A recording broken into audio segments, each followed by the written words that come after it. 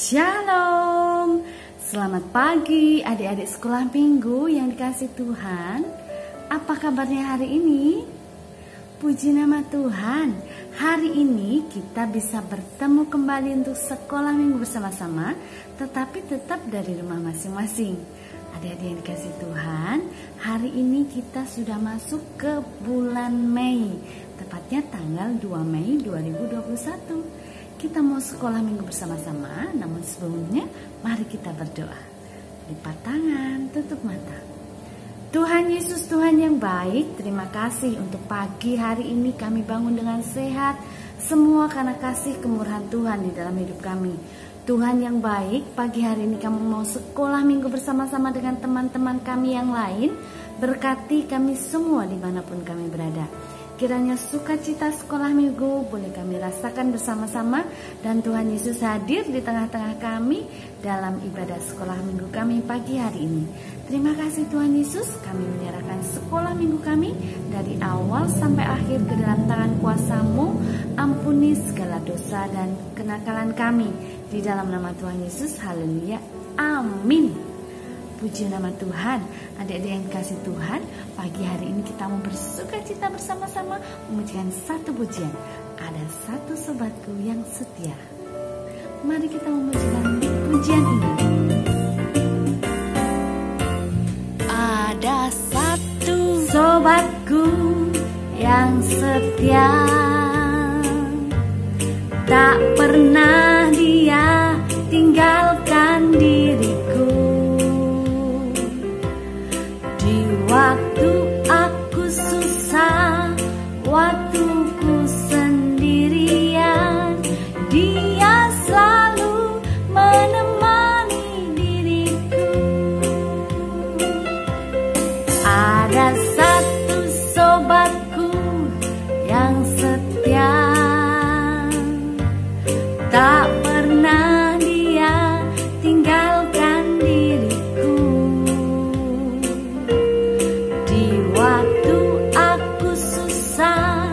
Waktuku sendirian, dia selalu menemani diriku.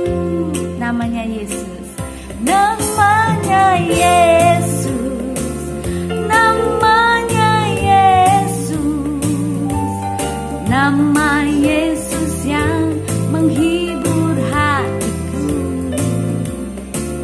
Namanya Yesus,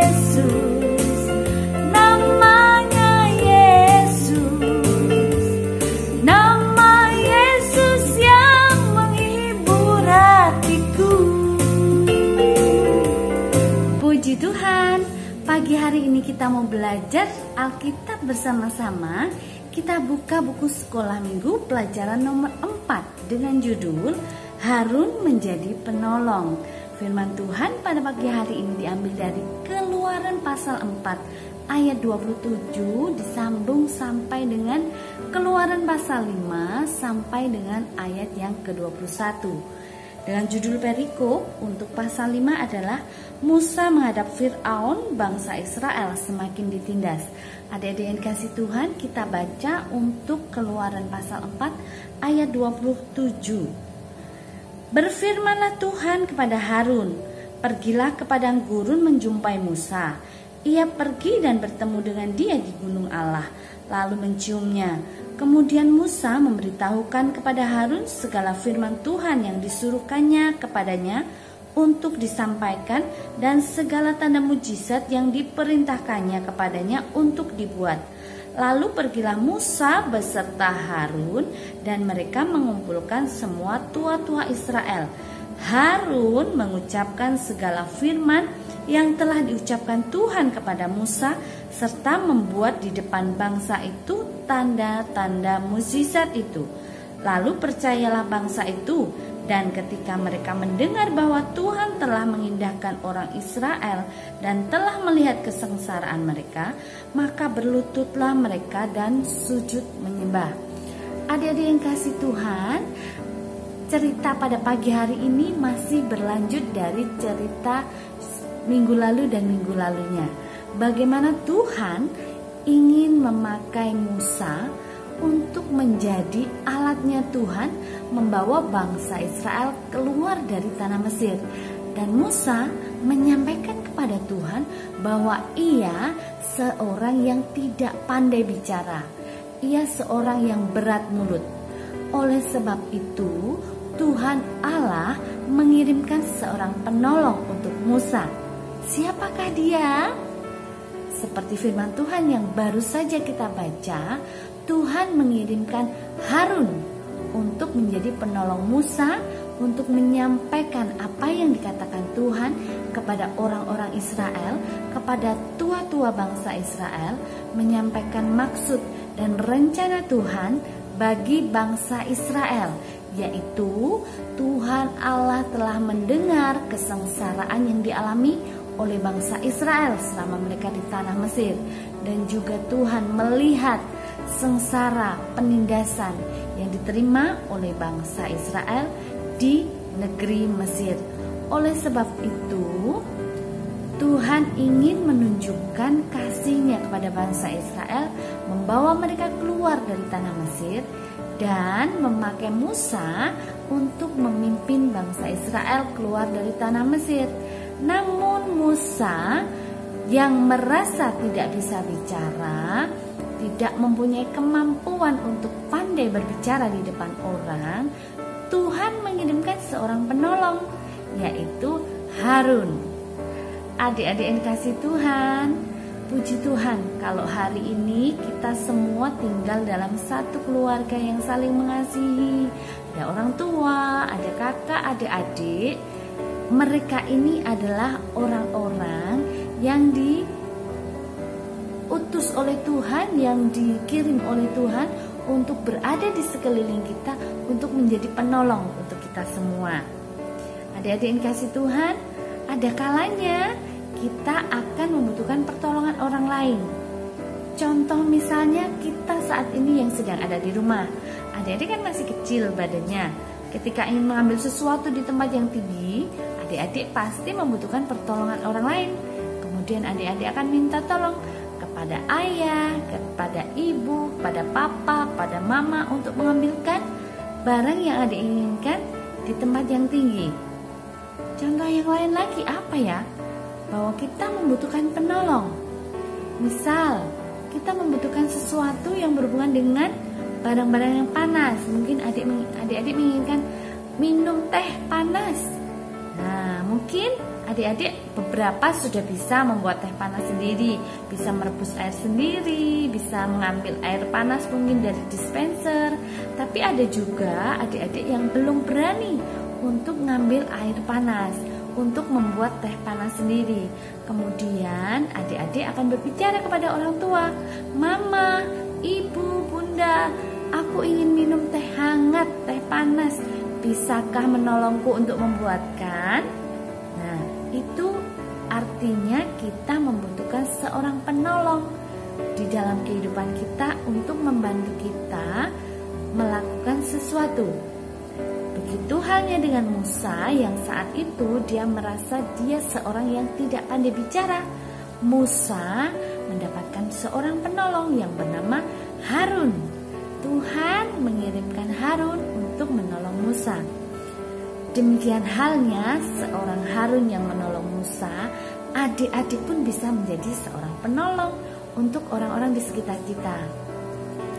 Bila nanti kita sekolah atau bila nanti kita sekolah minggu di gereja, bila ada teman yang kesusahan, ada teman yang tidak bisa melakukan sesuatu, adik-adik bisa menolongnya. Misal nanti di sekolah ada teman adik-adik yang kesusahan menjawab pertanyaan.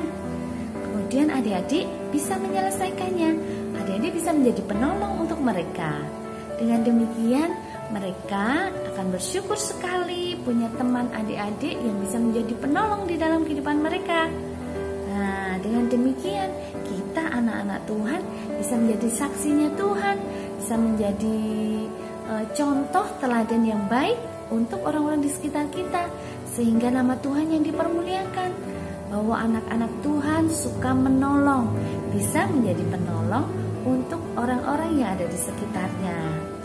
Puji Tuhan, saat ini kita masih tetap tinggal di rumah masing-masing. Bila beberapa dari kita mungkin mulai uji coba untuk sekolah tatap muka, untuk masuk sekolah dengan segala protokol kesehatan yang diberlakukan di sekolah, adik-adik tetap utamakan menjaga kesehatan, menjaga protokol kesehatan diri sendiri, sehingga kita tetap sehat, aman dimanapun berada. Dan adik-adik yang kasih Tuhan, pagi hari ini kita diajar oleh Tuhan untuk bisa menjadi penolong buat orang lain.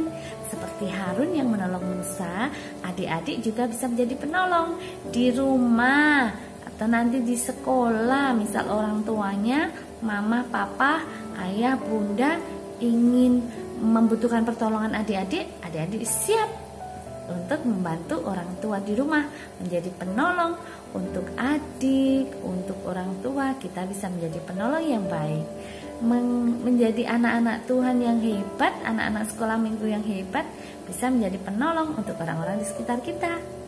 Puji Tuhan, adik-adik yang manis, tadi kita telah belajar bersama. Siapakah penolongnya Musa?